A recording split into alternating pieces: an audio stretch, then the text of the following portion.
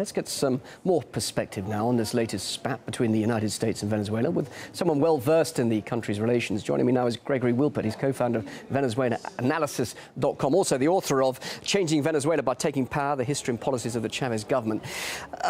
The US says the request was filed improperly, but permission was granted anyway. This is all just a misunderstanding, isn't it? Or is there more to it than just that?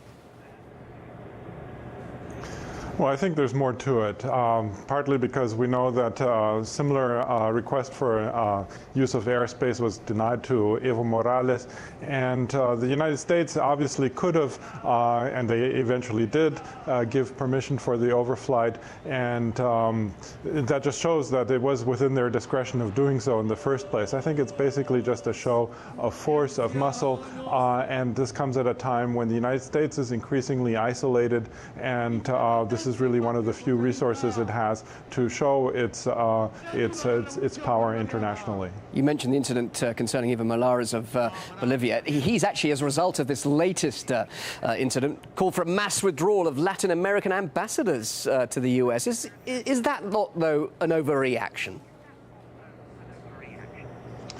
Well, yes, I think it wouldn't really hurt the United States as much as it would hurt Latin America, actually. So I'm not sure if that would be really the best course of action, because after all, the United Nations is a forum for all the countries to come together, and then the Latin American countries' voice would be missing in the General Assembly. And I think that would probably hurt the UN much more than the United States. As a matter of fact, the United States might even welcome the shutting out of Latin American voices. So therefore, I don't think that really seems like the best course of action. But certainly something needs to be done to show, and perhaps a General Assembly resolution, but also some other more diplomatic measures taken in order to show that this kind of actions cannot be tolerated.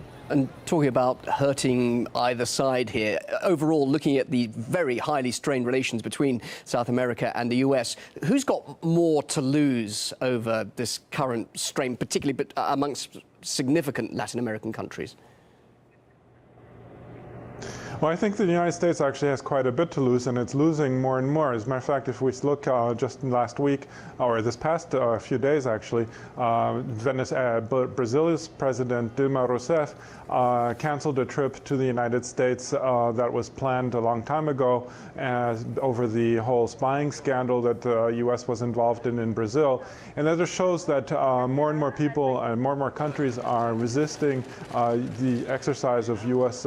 power around the globe. And in other words, the United States is becoming increasingly isolated. And so this is another step that actually, that is the denial of the airspace, is another step that furthers U.S. isolation internationally, I think, because other countries will reject and will act in solidarity with Venezuela. Author and expert on Venezuela, Gregory Wilpert, thanks very much indeed for your thoughts live here on RT.